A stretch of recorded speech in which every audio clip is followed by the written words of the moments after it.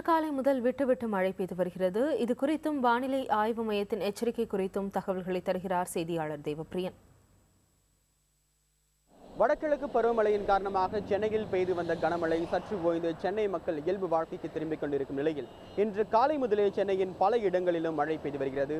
குறிப்பாக ஈக்காடு தாங்கல், மீனம்பாக்கம், டி நகர், கோடம்பாக்கம், அசோக் நகர், வேளச்சேரி போன்ற பல இடங்களிலும் காலை முதலே மழை பெய்து வருகிறது. சென்னை வானிலை ஆய்வு மைய தகவலின்படி கடலோர மாவட்டங்களில் அடுத்த 24 மணி நேரத்திற்கு ஒரு சில இடங்களில் லேசான மழையும் மற்ற இடங்களில் கனமழைக்கு வாய்ப்பு இருப்பதாகவும் தெரிவிக்கப்பட்டுள்ளது. உள் மாவட்டங்களிலும் பரவலாக மழை எதிர்பார்க்கலாம் என்றும் சென்னை வானிலை ஆய்வு மையம் கூறியிருந்தது. ஆனால் வாட்ஸ்அப் போன்ற சமூக வலைதளங்களில் வரக்கூடிய தகவலின் அடிப்படையில் எந்த தகவலையும் நம்ப வேண்டாம் என்றும், குறிப்பாக அதீத கனமழை போன்ற மழை வருவதற்கு வாய்ப்பில்லை என்றும் சென்னை வானிலை ஆய்வு மையம் ஏற்கனவே எச்சரிக்கை விடுத்திருந்தது. நீங்கள் காட்சிகளில் பார்க்க முடியும், எனக்கு பின்னால் ஒரு கருமேக கூட்டங்கள் திரண்டிருக்கிறது. மீனம்பாக்கம் போன்ற பகுதிகளில் காலை முதலே நிலவக்கூடிய இந்த சீதோஷ்ண நிலையின் காரணமாக பெரும்பாலான மக்கள் மீண்டும் கனமழை வருவதற்கான வாய்ப்பு இருப்பதாக நம்பினாலும், ஆனால் பரவலாக லேசான மழை பெய்வதற்காக வாய்ப்பு இருப்பதாக மட்டுமே சென்னை வானிலை ஆய்வு மையம் கூறியுள்ளது.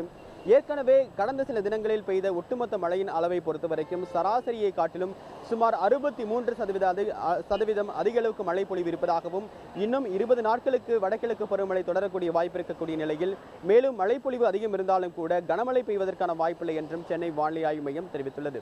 புதிய தலைமுறைக்காக ஒளிப்பதிவாளர் செந்திலுடன் தேவப்பிரியன்.